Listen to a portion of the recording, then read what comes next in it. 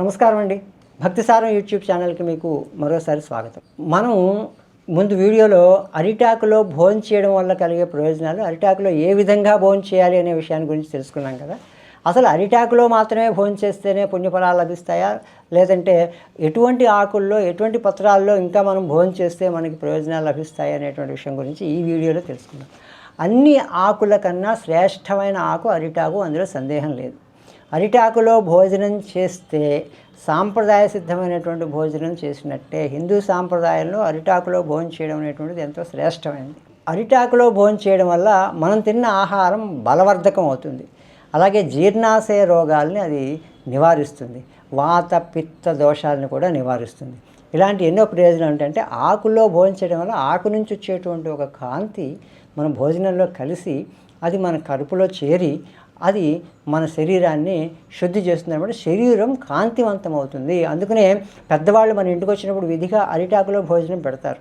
అరిటాకులో భోజనం పెట్టడం అనేటువంటిది ఆ ఇంట్లో ఒక శుభకరమైనటువంటి సంఘటనగా భావిస్తారు. కాబట్టి ఇంటికి చుట్టాలు వచ్చినా, ఏదైనా పండుగ జరిగినా, పర్వదినం జరిగినా అరిటాకులు తెప్పించుకొని మనం రోజు వాడేటువంటి ఎంగిలి కంచాల్లో కాకుండా అరిటాకులు తెప్పించుకొని వాటిలో భోజనం పెడతారు. ముఖ్యంగా మన ఇంటికి ముఖ్యమైనటువంటి అతిథులు ఎవరైనా వస్తే కనుక ఖచ్చితంగా మనం తిన్న అన్నం కంచాల్లో వాటిలో వాళ్ళకి భోజనం పెట్టరు. తప్పనిసరిగా అరిటాకులు తెప్పించి భోజనం పెడతారు. ఇది అరిటాకులో భోజనం చేయడం వల్ల వచ్చేటువంటి ప్రయోజనం. అతి శ్రేష్టమైనటువంటి భోజనం అరిటాకులో చేసేటువంటి భోజనం. అయితే అరిటాకులో కాకుండా మోదుగ ఆకులో కనుక మనం భోజనం చేస్తే, మోదుగ ఆకులను విస్తరిగా కుట్టుకుని దాంట్లో కనుక మనం భోజనం చేస్తే వచ్చే ఫలితము అది కూడా అసామాన్యమైనది. రక్త సంబంధమైనటువంటి వ్యాధుల్ని ఈ మోదుగాకులో చేసేటువంటి భోజనం శుద్ధి చేస్తుంది.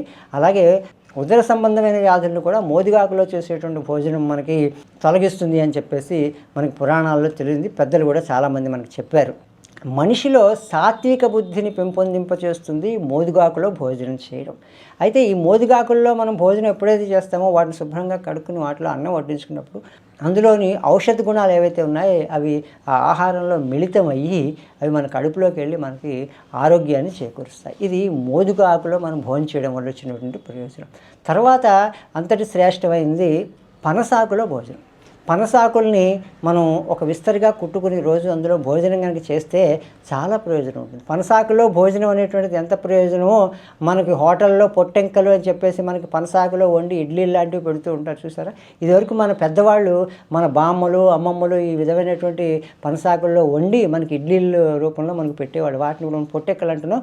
అవి హోటల్స్లో ఆరోగ్యమైనటువంటి ఫుడ్ కింద మనకే వాటిని సప్లై చేస్తున్నారు. మన పూర్వీకులు చెప్పింది మనకి వీళ్ళు ఆరోగ్యకరమైనటువంటి ఆహారంగా మనకు అందిస్తున్నారు.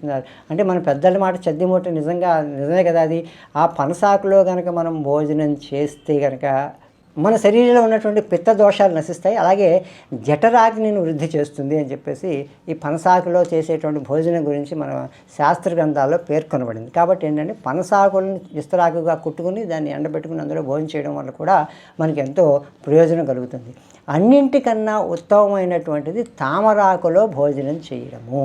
తామరాకులు ఉంటాయి, చెరువుల్లో ఉండేటువంటి తామరాకులు అలా నీటి మీద తేలి ఉంటాయి. దాన్ని వేరే రకంగా ఆకులతో కలిపి కుట్టక్కర్లేదు. ఒకే ఆకుని ఒక విస్తరిగా చేసుకుని మనం భోజనం చేయొచ్చు. అయితే తామరాకులో భోజనం చేసేటప్పుడు పైన నునుపుగా ఉన్నటువంటి ప్రదేశంలో కాకుండా దాన్ని గరుకుగా ఉండేటువంటి ప్రదేశంలోనే మనం భోజనం చేయాలి అని చెప్పేసి ఒక నియమం ఉంది.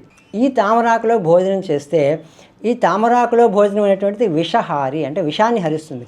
మన భోజనంలో ఉండేటువంటి విష సంబంధించినటువంటి దోషాలు ఏమున్నా సరే అవి హరించబడతాయి. ఆ భోజనము మనకి ఆరోగ్యకరమైనటువంటి భోజనంగా కడుపులోకి వెళ్తుంది అనమాట. అంటే ఈ తామరాకులోంచి ఉద్భవించేటువంటి ఈ ఆయుర్వేద శక్తి ఏదైతే ఉందో అది మన భోజనంలో ఉన్నటువంటి విషాలను తొలగించి శుద్ధమైనటువంటి భోజనంగా మార్చి మన కడుపులోకి పంపిస్తుంది. కాబట్టి తామరాకు భోజనం అరిటాకు భోజనం అంతటి శ్రేష్టము అని చెప్పేసి మన పురాణ గాథల్లో, మన శాస్త్ర గ్రంథాలను చెప్పబడింది.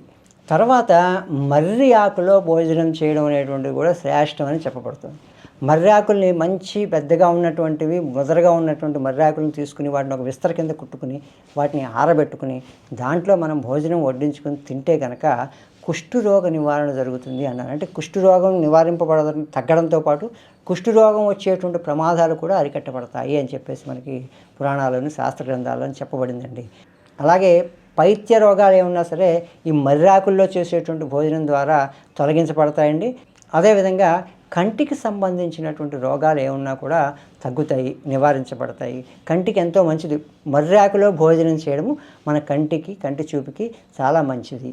ఈ రకంగా మనం తామరాకులోను, మర్రాకులోను, మోదుగాకులోను, పనసాకులోను భోజనాలు చేస్తే కనుక మనకి ఈ ప్రయోజనాలు సిద్ధిస్తాయి. అన్నిటికన్నా శ్రేష్టమైనటువంటి ప్రయోజనం అరిటాకులో చేసేటువంటి భోజనం. కాబట్టి ఈ విషయాలు మీరు దృష్టిలో పెట్టుకుని అవకాశం ఉన్నంత వరకు ఈ పత్రాలు మీకు అందుబాటులో ఉంటే కనుక అప్పుడప్పుడు వాటిలో కూడా భోజనం చేస్తూ ఉండండి. ఇలాంటి భక్తి సమాచారం కోసం మీరు మా భక్తిసారం యూట్యూబ్ ఛానల్ మాత్రం తప్పకుండా సబ్స్క్రైబ్ చేసుకోండి.